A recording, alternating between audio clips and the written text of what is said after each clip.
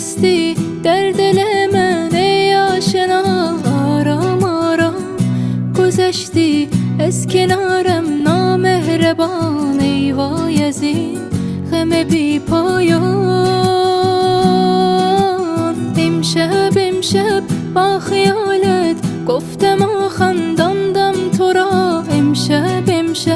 مثل هر شب در خیابانم، پس چرا من ماندم و ابر بی بار